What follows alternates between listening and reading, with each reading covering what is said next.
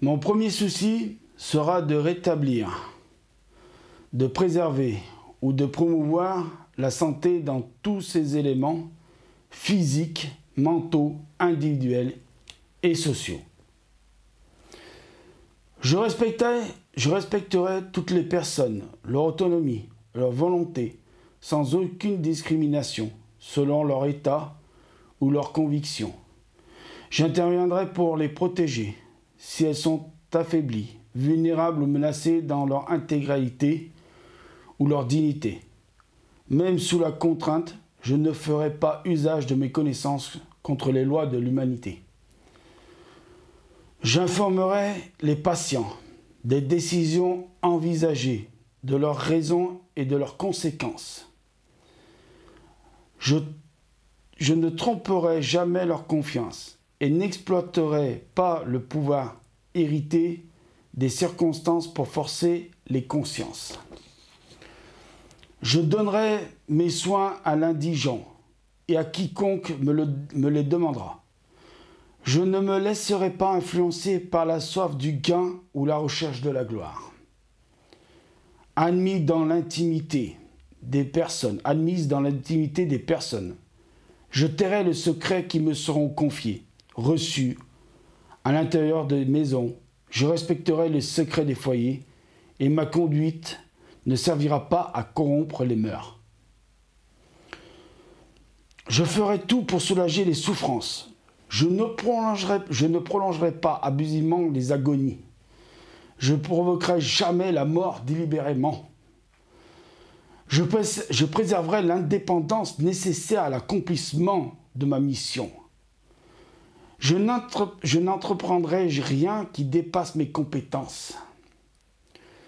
Je les entretiendrai et les perfectionnerai pour assurer au mieux les services qui me seront demandés.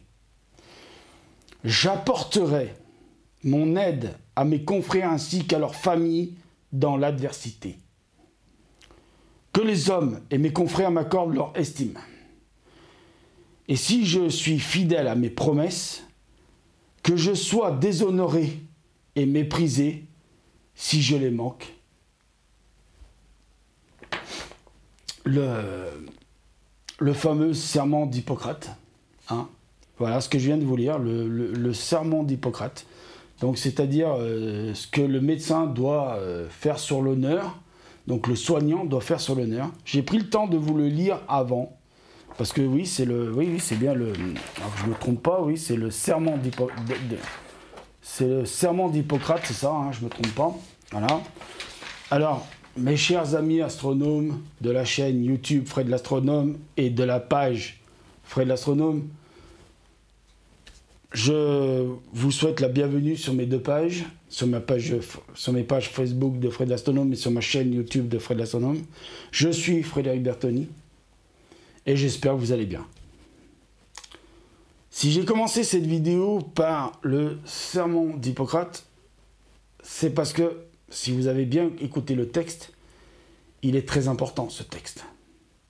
Il dit beaucoup de choses ce texte. On prête serment de sauver la vie des gens avec les connaissances obtenues dans des écoles. Ça, j'espère que c'est bien compris. Alors, je vais le dire tout de suite pour ceux qui ne voudraient pas aller plus loin dans la vidéo. Vous avez compris que cette vidéo n'allait pas du tout parler d'astronomie. Elle va parler de médecine. Et elle va parler surtout de la volonté des soignants à ne pas vouloir se faire vacciner. J'ai entendu beaucoup de choses. Et je vais bien sûr expliquer beaucoup de choses de ce que j'ai entendu et de pourquoi je ne suis pas d'accord avec les soignants. Déjà du fait que vous le savez, que j'ai un problème cardiaque. Je expliquerai ce que c'est le problème cardiaque que j'ai dans la vidéo. Mais simplement pour le moment, je vais vous dire que ce que je vais faire. Dans cette vidéo, je vais vous lire des passages, bien sûr, après, là, quand j'aurai fini d'expliquer, des passages des droits de l'homme. Alors, j'ai surligné des passages que j'ai envie de lire. J'ai fait ça, alors je vous le dis, totalement arbitrairement. J'ai totalement fait ça arbitrairement, hein. Donc voilà, vous en pensez ce que vous voulez, mais voilà. Et là, j'ai un document qui parlera de la vaccination obligatoire pour les soignants, qui détaillera ce qui est déjà obligatoire pour les soignants. Hein. D'accord? Je vais commencer par dire une chose. Vous, les soignants, alors je dis tout de suite, ces vidéos ne seront pas montées, elles seront mises comme ça, brutes, de décoffrage. Parce que c'est surtout le message qu'il faut écouter. Vous, les soignants, vous jouissez de l'égalité, de la liberté et de la fraternité, comme tous les Français. Vous jouissez des droits de l'homme, comme tous les Français. Mais quand je vous entends sur les différents médias, que ce soit Internet, presse écrite, radio, télé, vous exprimez en disant « Macron est un dictateur. Macron bafoue nos droits. » Mais vous n'avez pas compris une chose. Bafoue notre liberté aussi. Mais vous n'avez pas compris une chose. La liberté, en France, implique des droits.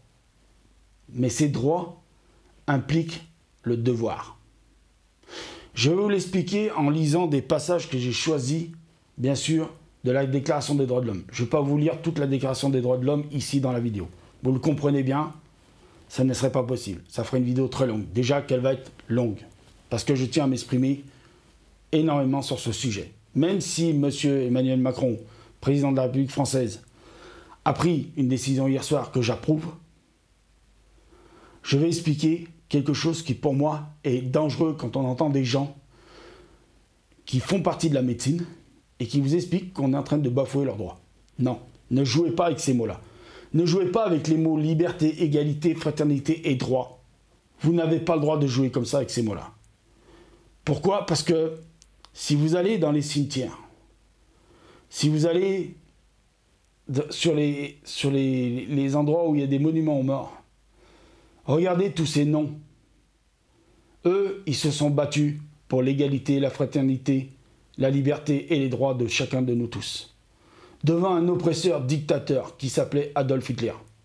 Eux, ils ont donné leur vie contre des dictateurs, et des vrais dictateurs. Emmanuel Macron, c'est pas un vrai dictateur. Bien sûr, dans cette vidéo, je ne vais pas vous défoncer tout le temps. Je vais aussi être d'accord avec certains propos que j'ai entendus. J'expliquerai pourquoi. Maintenant, je vais vous lire les passages que j'ai choisis justement sur les droits de l'homme. Donc le premier, c'est justement l'article 1er. On ne peut pas passer à côté de ce premier article des droits de l'homme. Tous les êtres humains naissent libres et égaux en dignité et en droit. Ils sont doués de raison et de conscience et doivent agir les uns envers les autres dans un esprit de fraternité. J'espère que tout le monde a compris ce que je viens de dire. Tous les êtres humains naissent libres et égaux en dignité et en droit. Ils sont doués de raison et de conscience et doivent agir les uns envers les autres dans un esprit de fraternité. Je prends un ton grave parce que c'est grave ce que j'ai entendu. Article 3. Tout individu a droit à la vie, à la liberté et à la sûreté de sa personne. Maintenant, vous allez peut-être comprendre petit à petit pourquoi j'ai choisi certains des articles et pas tous. Voilà. J'en ai choisi 4 en fait. Hein, voilà. Parce que c'est ceux qui me paraissaient les plus importants. L'article 29, qui est un peu long à lire, mais je vais le lire en entier. Donc l'article 29, le petit 1, l'individu a des devoirs envers la communauté dans laquelle seul le libre et plein développement de sa personnalité est possible. L'individu a des devoirs. Réfléchissez à ce que je viens de dire. Ce que je lis là, c'est pour moi aussi. Hein. C'est pour tous les Français. Mais écoutez bien, vous les soignants qui jouez avec les mots droit, liberté. L'individu a des devoirs envers la communauté dans laquelle seul le libre et plein développement de sa personnalité est possible. Les mecs qui ont écrit ça, c'est pas des cons. Hein. C'est pas des benets ceux qui ont écrit ça. D'accord? Dans l'exercice de ses droits et dans la jouissance de ses libertés, chacun n'est soumis qu'aux limitations établies par la loi, exclusivement en vue d'assurer la reconnaissance et le respect des droits et libertés d'autrui, afin de satisfaire aux justes exigences de la morale, de l'ordre public et du bien-être général dans une société démocratique. Je vais expliquer ce que c'est le mot liberté. Il y a deux libertés. Il y a la liberté anarchiste, où chacun fait ce qu'il veut, et s'il a envie de pisser sur la gueule de l'autre, il pisse sur la gueule de l'autre. Et il y a la liberté qui respecte les autres, et qui respecte le droit des autres, et qui respecte surtout la fraternité et l'égalité. Liberté, égalité, fraternité. Droit, devoir. On devrait rajouter les deux mots, droit et devoir. Je déplore qu'on n'ait pas rajouté ces deux mots, l'égalité, l'égalité, fraternité, droit et devoir. Oui, on veut la liberté. Oui, on veut l'égalité. On veut la fraternité. Mais ça implique des droits et des devoirs. Comme le dit dans un célèbre film, si tu as des pouvoirs, ça implique des devoirs. Une liberté, une fraternité, une égalité, c'est des pouvoirs qu'on nous donne, à nous, citoyens français, mais ça implique des droits et donc ça implique des devoirs. Ces droits et libertés ne pourront en aucun cas s'exercer contraire au but et aux principes des Nations Unies. D'accord ? Et j'ai choisi l'article 30 qui conclut justement la Déclaration des droits de l'homme.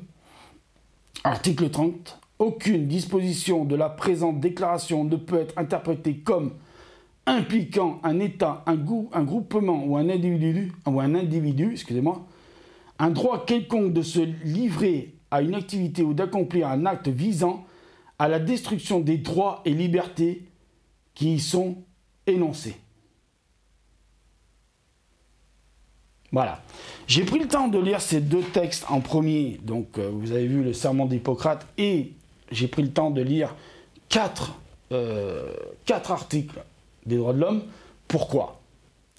Parce que quand j'entends les soignants dire « on est en train de bouffer nos libertés, on est en train de bafouer nos droits et nos libertés », bah, je suis désolé, mais vous bouffez nos lois et mes libertés, vous bouffez ma loi, ma liberté, mon droit à moi de me faire soigner. Parce que, est-ce que moi, le 8 septembre que je dois rentrer à l'hôpital, et que 72 heures avant, malgré que j'ai mes deux doses Pfizer, qui ont été faites dans ce même hôpital où je vais rentrer, on me dit, Monsieur Bertoni, 72 heures avant, vous devez faire votre test PCR parce que vous êtes potentiellement porteur du Covid. En étant vacciné, hein. Donc, si je suis la logique, normalement, en étant vacciné, j'ai fabriqué des anticorps contre le Covid. Puisque le but d'un vaccin, c'est de faire fabriquer des anticorps contre une maladie. Donc, normalement, je suis immunisé contre cette maladie. Même si on parle de faire un troisième vaccin. Ça, j'en parlerai à la fin de la vidéo. Mais, je suis désolé. Il y a un truc qui tourne pas rond dans votre histoire, là. Vous refusez de vous faire vacciner. Alors, je dis pas vous, quand je dis vous, c'est pas tous les soignants, parce qu'apparemment, il y a une partie des soignants qui sont vaccinés et qui veulent se faire vacciner. Eux, c'est très bien, eux, je les applaudis, bravo. Mais, je suis désolé, pour ceux qui ne veulent pas se faire vacciner, c'est quand même ridicule de me demander à moi, étant vacciné, et ça fait plus de 3 semaines, puisque c'était là en mai ou je ne sais plus quand. Enfin, basta. Bah, disons que ça fait plus d'un mois que je suis vacciné, donc je suis porteur d'anticorps contre la Covid, et vous me demandez de me faire vacciner. Non mais, attendez, vous êtes hallucinant de ne pas me faire vacciner, de me faire un test PCR, parce que je serais potentiellement porteur de la Covid, ou du Covid, peu importe. Et que je pourrais potentiellement vous mettre en danger, vous. Mais vous qui n'êtes pas vacciné, vous qui allez m'administrer des soins, réfléchissez, vous êtes aussi potentiellement des porteurs du Covid. Et encore plus que moi, et encore plus que tous ceux qui sont vaccinés, puisque vous n'êtes pas vaccinés et vous n'avez pas d'anticorps. Alors, j'ai entendu des soignants dire ouais, mais nous, on connaît les distanciations. Nous, on sait faire les lavements des mains, c'est-à-dire l'asepsie. Nous, on sait porter le masque. Nous, on sait mettre des lunettes. Nous, on sait faire ceci. Nous, on sait faire cela. Mais c'est de la foutaise que vous me racontez. Là, depuis la vaccination, on vous explique, et on m'explique à moi et à tous, que le seul moyen de combattre ce putain de virus, c'est la vaccination. Alors, moi, quand j'étais me faire vacciner là, pour la première dose, c'est bien des soignants qui m'ont vacciné. Donc, en toute impunité, vous m'avez injecté un vaccin que vous-même, vous ne voulez pas vous injecter. Donc, les soignants qui ne veulent pas se faire vacciner, ils ont vacciné des millions de gens, mais eux-mêmes ne veulent pas se faire vacciner. Donc, en toute impunité, vous avez injecté des vaccins en disant vous-même, on ne sait pas ce qu'il y a dedans, mais on vous les injecte quand même. Il n'y a pas un problème dans l'histoire. Alors que moi, petit astronome amateur dans mon petit village de merde, que je sache pas ce que c'est le vaccin, que je sais pas ce qu'il y a dedans dans le vaccin, et comment il a été fabriqué, c'est normal. Je suis pas médecin, je suis pas scientifique, je suis pas chercheur. Mais vous non plus, vous n'êtes pas scientifique, vous n'êtes pas chercheur. Mais par contre, vous avez accès à l'hôpital. Et dans les hôpitaux, il y a des laboratoires qui font des analyses, qui peuvent analyser le vaccin et qui peuvent vous dire ce qu'il y a dans le vaccin. Donc, vous avez d'autant plus le fait d'être informé beaucoup plus que le lambda qui s'est fait vacciner par millions pour une dose et par millions pour les 2 doses. Tout ça en toute impunité. Vous avez vacciné, Pfizer, AstraZeneca et Moderna. Mais vous, là, les récalcitrants, ce que j'appelle les récalcitrants, je vais boire un petit coup, excusez-moi, ça se fait pas, mais j'ai soif. Avec toutes les lumières qu'il y a dans le truc, je commence à avoir soif. Puis vous me direz, à force de blablater, je peux qu'avoir soif. Mais, moi je suis désolé, mais ce n'est pas entendable. Je ne peux pas entendre et concevoir que des gens qui potentiellement m'ont peut-être injecté les 2 doses du vaccin, alors je suis pas mort, je ne veux pas me plaindre, je suis encore en vie, me demandent à moi, pour entrer à l'hôpital, et je vous donnerai la raison pourquoi j'entre à l'hôpital le 8 septembre,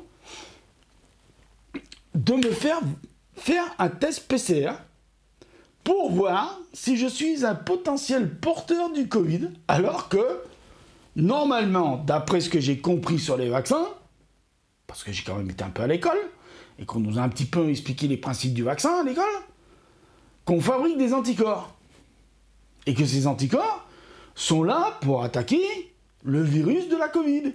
Comme quand on se fait vacciner pour la grippe, que c'est là pour attaquer... Alors, attention, je vais dire un truc quand même. Oui, le vaccin, que ce soit le Pfizer, l'AstraZeneca, le Moderna, ne vous protège pas complètement. Ça, c'est un truc, je vous le dis, voilà, je ne vais pas vous mentir. Pourquoi je vous mentirais? Je vous le dis. Moi, on m'a dit, fais quand même attention. Porte le masque, quand tu vas dans des endroits où il y a du monde, porte le masque. Serre pas la main aux gens, fais pas la bise. Donc, les fameux gestes barrières. Hein. Mais, je trouve inconcevable qu'il y a des soignants qui disent « Moi, je préfère démissionner que de me faire vacciner. » Attendez, on va reprendre un truc. Au tout début, Macron, qu'on soit d'accord avec lui ou pas, ça, vous faites comme vous voulez. Moi, je vais vous dire, je ne suis pas 100% d'accord avec sa politique, et je vous expliquerai, je prendrai le temps d'expliquer dans la vidéo, ou je ferai peut-être une deuxième partie, je verrai pas. Mais je vais prendre le temps d'expliquer le truc là où j'ai pas été d'accord sur cette histoire de Covid et de vaccination. Parce qu'il y a un truc où quand même où je suis pas d'accord, et je suis un peu d'accord avec certains médecins et certains soignants, j'expliquerai des trucs. Mais là, je vais prendre le temps de reprendre une analogie que le président a faite et que je pense que personne n'a compris. Et je le dis en tout état de cause que peut-être que je vais perdre la moitié de mes abonnés ou je vais peut-être perdre tous mes abonnés, mais je pense que personne n'a compris cette analogie. Bon, moi en tant qu'ancien militaire, je vais vous l'expliquer l'analogie. Macron a dit « nous sommes en guerre ». Alors, bien sûr, il y en a qui ont compris qu'on était en guerre avec... Non, non. Nous sommes en guerre contre un virus, c'est-à-dire un ennemi invisible, qui nous rend malades. Le pistolet automatique qu'on a souvent, nous les militaires, qu'on porte dans un holster, oui, un holster, non, pas un holster, bon, enfin, base, dans un étui, on va dire, je ne me rappelle plus le nom exact. C'est con pour un ancien militaire, mais enfin, basse, dans un étui, dans un fourreau, si vous préférez, c'est ce qu'on appelle le pistolet automatique, donc un PA. Dedans, il y a 14 balles, une balle dans la chambre. Ça, c'est ce qu'on appelle l'arme minimale de le militaire. C'est-à-dire, pour faire l'analogie avec la médecine, c'est ce qu'on appelle les distanciations sociales. On va dire, ça, c'est le pistolet automatique. Voilà. Le fait de ne pas se faire la bise, machin, patati, patala. Le FAMAS, l'autre arme que le militaire a, donc la mitraillette, hein, ou coup par coup, ou mitraillette, hein, vous avez la possibilité de 2 sur FAMAS. Ça tire 19 mm, il y a à peu près 2500 balles dans un chargeur, environ. Hein. Non, 2500 balles, c'est le Uzi ou le FAMAS, je m'en rappelle plus. FAMAS, je m'en rappelle plus, ça fait longtemps, moi, ça fait plus de 20 ans que j'y suis plus, donc je m'en rappelle plus. Mais bon, disons qu'il y a beaucoup de balles et c'est du 9 mm. Ça, c'est sûr que c'est du 9 mm. Dans le PA aussi, c'est du 9 mm. Donc, vous avez le FAMAS. Donc, ça, c'est les soignants. D'accord? Les soignants. Hein? Et puis, bon, ben, pour continuer l'analogie dans la guerre et avec les armes de guerre, nous avons la bombe atomique. C'est-à-dire le destructeur, là. Boum, tu fais péter le bordel, là, ça... Allez, hop, ça nettoie tout. Ben, c'est quoi? C'est le vaccin. C'est le vaccin. La bombe atomique contre cet ennemi, si on veut faire l'analogie, c'est le vaccin. Et le soignant qui refuse de se faire vacciner, il refuse de faire péter la bombe atomique. Alors, si c'était la vraie bombe atomique, je serais d'accord avec lui, ce serait quand même une sacrée connerie de la faire péter. Mais là, comme c'est le vaccin, et que c'est la seule bombe atomique qu'on a pour éliminer ce putain de virus, bah je suis désolé, là je comprends pas. Moi je comprends pas. Moi on m'a expliqué. On m'a pas forcé, hein, bien sûr. On m'a pas obligé non plus. Mais on m'a expliqué. Voilà Fred. Tu es obèse. J'ai pas peur de le dire, je le dis, ça se voit de toute façon. Hein. On va pas se mentir, hein. Je suis pas un poteau. Hein. Non, je suis un éléphant. Voilà, si vous voulez faire une analogie, je suis un éléphant. Bon. Ah. Donc je suis gros. Donc j'ai déjà ça qui fait que j'étais prioritaire au vaccin. Deuxièmement, j'ai une maladie cardiaque qui s'appelle une cardiomyopathie obstructive, qui est soignée par du Thermamine. Alors, Thermamine, c'est le nom du laboratoire, mais en fait, la molécule, c'est l'athénonol.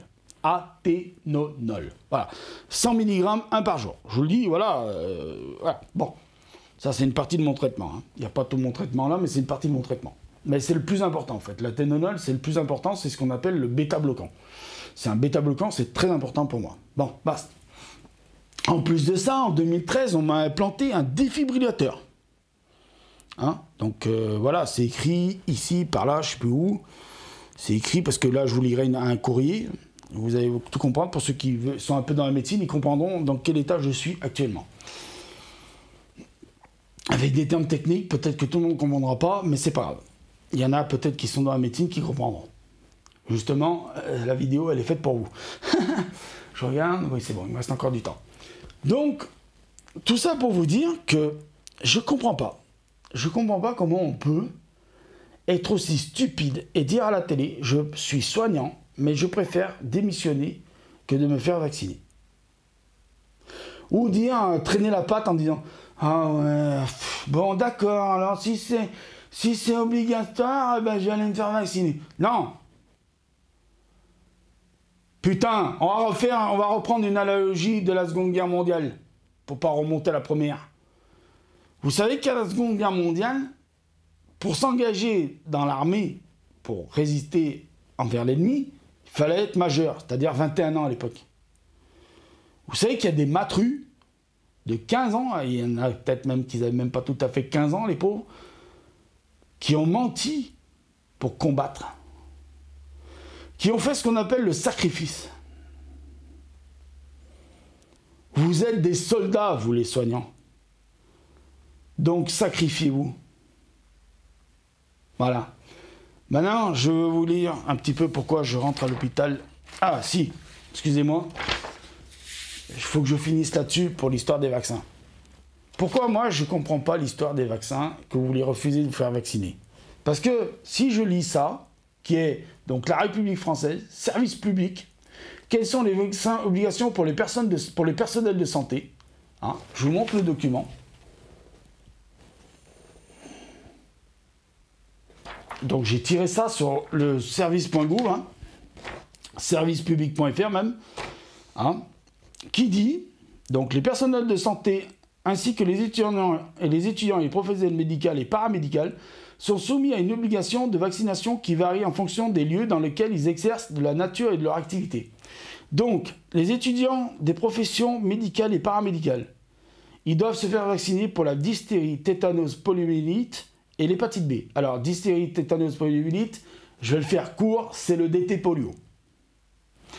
Donc, pour ça que je vais utiliser le terme DT polio pour le reste. Professionnels exposés des établissements de prévention, de soins ou d'hébergement des personnes âgées, y compris les ambulanciers. Ah, y compris les ambulanciers, je n'avais pas vu ça. Donc, DT polio, donc vous avez compris, hein, hépatite B. Je continue. Personnel des laboratoires d'analyse médicale, DT polio, hépatite B. Et le thanatopracteur, s'il y en a qui ne savent pas ce que ça veut dire, c'est le croque-mort. Hein. L'hépatite B. Voilà. Celui qui s'occupe des morts une fois qu'ils sont prêts et qui font soit de l'embaumement ou soit qui les préparent pour la crémation. Voilà. Donc maintenant, je vais vous expliquer pourquoi, en buvant un petit coup avant, pourquoi je rentre à l'hôpital le 8 septembre et je vais en profiter de cette vidéo. Pour que vous compreniez pourquoi la colère que j'ai envers les soignants qui ne veulent pas, alors je précise, la colère que j'ai envers les soignants qui ne veulent pas se faire vacciner et que même certains seraient prêts à démissionner. Je vais prendre le temps de lire cette lettre parce que cette lettre est importante et il faut que vous compreniez pourquoi je rentre à l'hôpital et pourquoi moi j'ai la peur au ventre de rentrer à l'hôpital le 8 septembre en sachant peut-être qu'il y aura peut-être encore des soignants non vaccinés. Alors, j'ai été amené à revoir en consultation M. Bertoni Frédéric, né le 20 août 1976. Je ne vous lis pas le numéro à côté parce que c'est un numéro qui doit rester secret. Dans le cadre de son suivi, sans facteur de risque notamment familial, qui avait présenté un malaise avec perte de connaissance de type Stock-Adam, qui avait conduit à la découverte d'une myocardiopathie hypertrophique obstructive avec un gradient moyen à l'époque de 80 mm Hg et un septum de 22 mm en 2014. Alors, je vous donne les termes techniques, vous irez rechercher sur Google. Hein. Donc, le premier, c'est un gradient moyen à l'époque de 80 mm Hg, donc c'est grand Hg, et un septum à 22 mm en 2014. Du fait de TVNS, de la notion de malaise avec perte de connaissance et déclenchement de TV soutenu.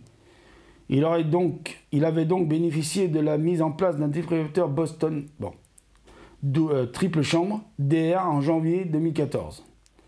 Alors c'est pas janvier 2014, je me rappelle, c'est en septembre 2013. Donc c'est pas janvier 2014. Là, il y a une faute. Hein. Faudra que je le dise. Il allait bien depuis. C'est vrai, j'allais bien depuis.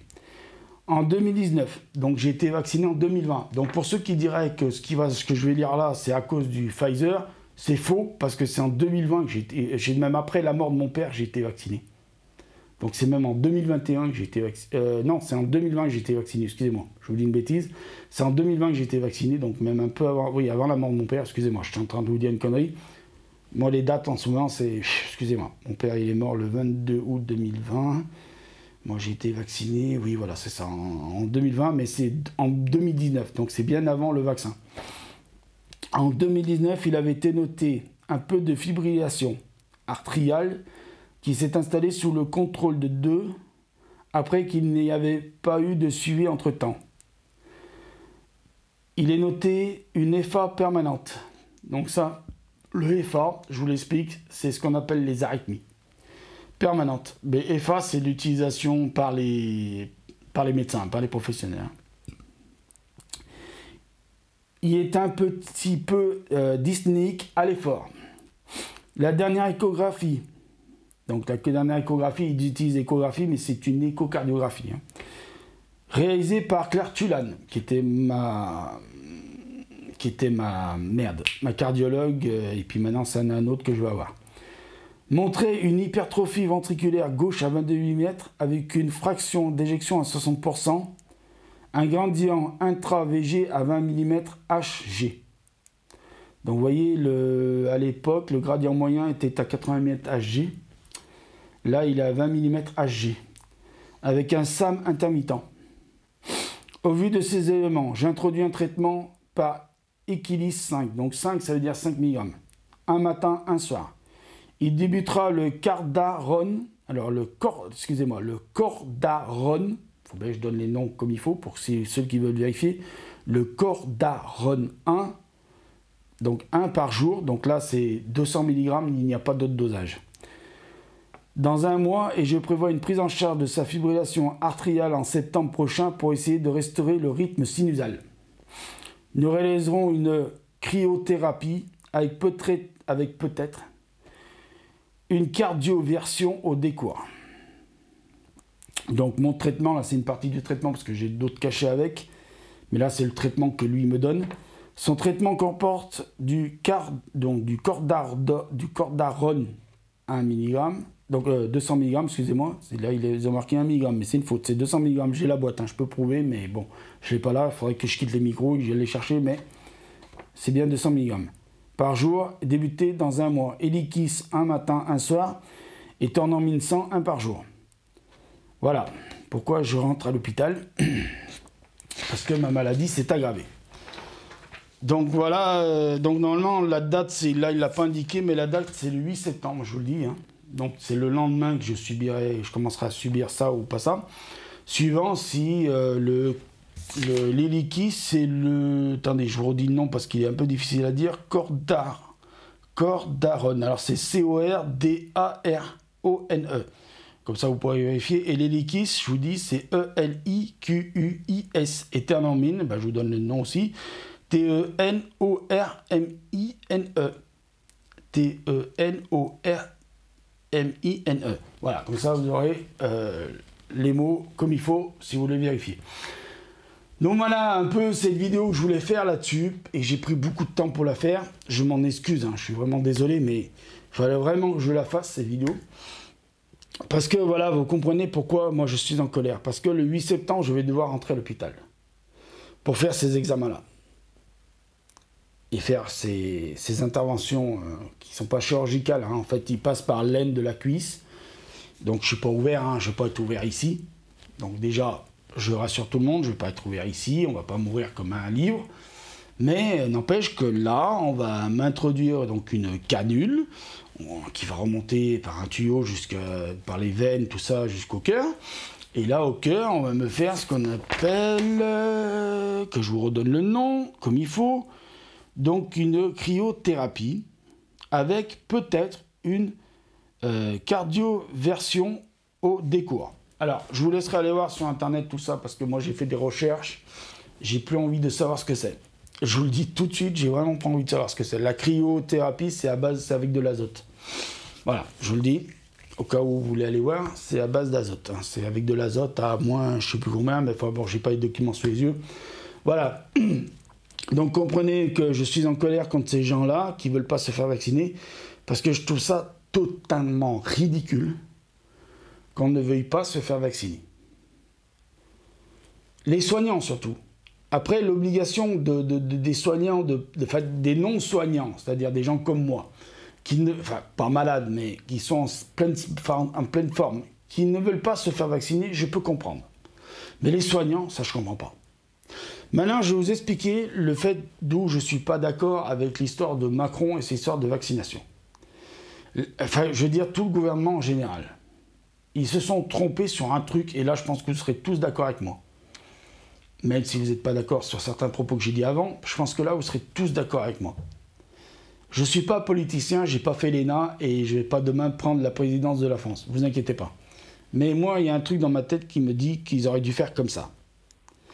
Quand ils nous ont dit il faut soigner, il faut vacciner donc les vieux et les gens qui sont malades, c'est-à-dire moi, et puis d'autres, qui ont des maladies. Alors, c'était toutes les maladies cardiovasculaires, pulmonaires et autres maladies comme, je crois, c'est le sucre dans le sang, là, merde. Ah, zut, bah, je ne me rappelle pas, mais vous me le mettrez en commentaire. Le diabète. Voilà, je crois que c'est le diabète. Oui, c'est ça, le diabète. Voilà, qui était prioritaire. Et puis tous ceux qui avaient des comorbidités comme moi, c'est-à-dire, voilà, étant grassouillet, obèse. Donc, on nous a dit, voilà, on nous a conseillé d'aller nous faire vacciner. On a été se faire vacciner. Pas de problème. Mais à ce moment-là, le gouvernement a dû dire, bon, ok, on vaccine cette partie-là de la population, mais en même temps, on va vacciner les soignants. Et ils auraient dû vacciner les soignants. Et c'est là où je reviens un petit peu sur quelque chose qui a été dit intelligemment, d'ailleurs par un soignant très intelligent, qui est un urgentiste très intelligent, c'est Patrick Pelloux, qui l'a dit très clairement. La seule erreur du gouvernement dès le départ, c'était de ne pas faire vacciner. Alors c'était de faire vacciner, oui, les vieux, les malades, et puis en même temps, il aurait dû faire vacciner tous les soignants. Hôpitaux, EHPAD et tout ces taclics. C'est là qu'il y a eu un problème. Voilà. Donc je vois que cette vidéo elle est très longue, donc je vais l'en terminer là. Bien sûr, dans les commentaires, je vous demanderai d'être respectueux, d'être cordial. Vous pouvez dire que vous êtes contre moi, que vous n'êtes pas d'accord avec moi, mais avec politesse, cordial, voilà. Mais libre de dire ce que vous voulez dire, mais tout en étant respectueux et pas insultant. Voilà, je vous remercie de m'avoir écouté sur cette très longue vidéo. Je ne sais pas comment je vais les mettre en ligne, mais ça va prendre beaucoup de temps. Mais bon, tant pis, il va falloir le faire. Voilà, donc je vous remercie, prenez soin de vous. Voilà, très important de le dire. Je salue tous les astrams respectables qui soutiendront cette vidéo. Et puis tous ceux qui ne sont pas astrams respectables, mais qui sont des citoyens français respectables. Si vous soutenez cette vidéo, je vous remercie. Ceux qui ne la soutiennent pas, je vous remercie quand même de l'avoir regardée. Et je vous remercie de commenter avec politesse, tact et cordialité et tout ça, mais en mettant que vous n'êtes pas d'accord avec moi et en argumentant pourquoi vous n'êtes pas d'accord avec moi. Voilà. Donc je vous remercie. Ciao, prenez soin de vous. À bientôt pour des vidéos, cette fois d'astronomie, voilà, et puis j'espère d'observation. Voilà, normalement il y en a plein, normalement il y en a encore 2-3 sur la chaîne. Allez, je vous dis pas tout parce qu'après je vais tout dire et puis bon, les gens ils vont dire bah t'as tout balancé. Salut, ciao, prenez soin de vous.